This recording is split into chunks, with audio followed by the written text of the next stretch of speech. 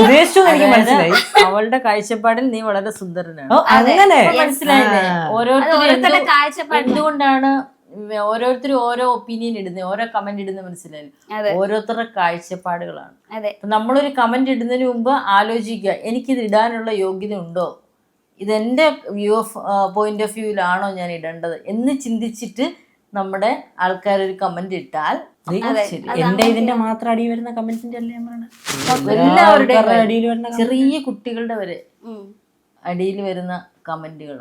ഞാൻ ഒരു ഡൗട്ട് ചോദിച്ചോട്ടെ, നേരിട്ട് ആരെങ്കിലും ഈ നെഗറ്റീവ് കമന്റ്സിൽ ഇടുന്ന പോലത്തെ എന്തെങ്കിലും കാര്യം നിങ്ങളടുത്ത് പറഞ്ഞിട്ടുണ്ടോ? ഇല്ല, പറയൂലല്ലോ. നേർക്ക് നേരെ ഒന്നും ആരെങ്കിലും പറയൂ. വേറൊരു കാര്യം കേട്ടോ, ഞാനത് പറയാൻ വിട്ടു. ഈ സമ്മ എന്ന് പറഞ്ഞ പുള്ളിയില്ലേ കമന്റ് ഇട്ടത്, ഈ പയ്യനെ വല്ലതും ആയിരിക്കാം. ഇത് എന്നോട് മെസ്സഞ്ചറില് അൽസാബിത്തിന്റെ പേജില് ചാറ്റ് ചെയ്തിട്ടുള്ളതാണ്. മോന്റെ അഭിനയം എനിക്ക് വളരെയധികം ഇഷ്ടമാണ്, മോനെ എനിക്ക് വലിയ ഇഷ്ടമാണ്, എനിക്ക് എന്തെങ്കിലും ഒന്ന് കാണാനുള്ള അവസരം കിട്ടണം.